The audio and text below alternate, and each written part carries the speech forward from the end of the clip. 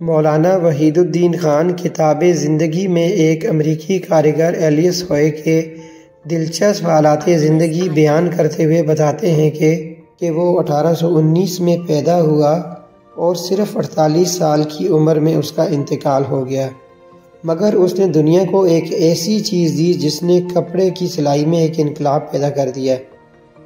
یہ سلائی کی مشین تھی جو اس نے 1845 میں ایجاد کی۔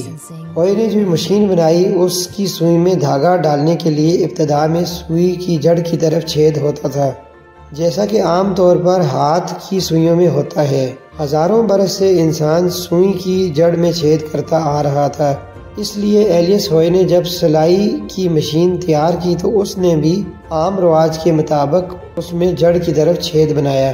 اس کی وجہ سے اس کی مشین ٹھیک کام نہیں کرتی تھی۔ شروع میں وہ اپنی مشین سے صرف جوتا سی سکتا تھا، کپڑے کی سلائی اس مشین پر ممکن نہ تھی۔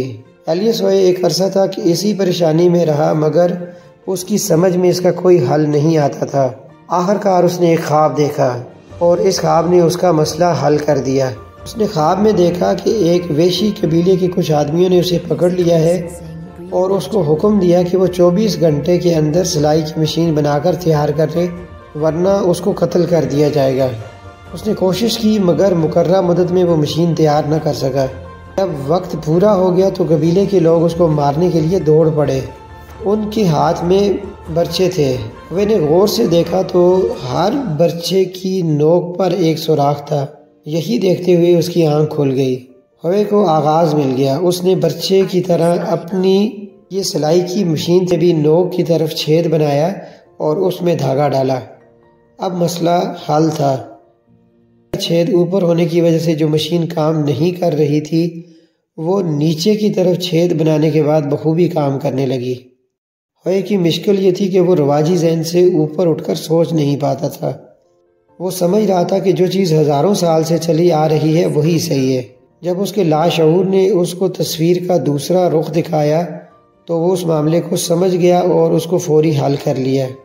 جب آدمی اپنے آپ کو ہمتاً کسی کام میں لگا دے تو وہ اسی طرح اس کے رازوں کو پا لیتا ہے جس طرح مذکورہ شخص نے پا لیا۔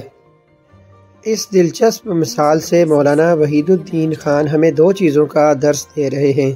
ایک تو یہ کہ تحقیق، ایجاد اور فن کی دنیا میں قدامت پسندی تخلیق میں رکاوٹ کا باعث بنتی ہے، لہٰذا تحقیق کے میدان کے کھلاڑی کو اپنی سوچ میں جدت اور وسعت پیدا کرنی چاہیے۔ دوسرا یہ کہ کسی بھی مسئلے کے حل کے لیے مستقل کوشش سے کوئی نہ کوئی راستہ ضرور نکل آتا ہے، اور قدرتی طاقتیں بھی اسی کی مدد کرتی ہیں جو کہ مسلسل کوشش کا راستہ بناتا ہے۔ Artlist.io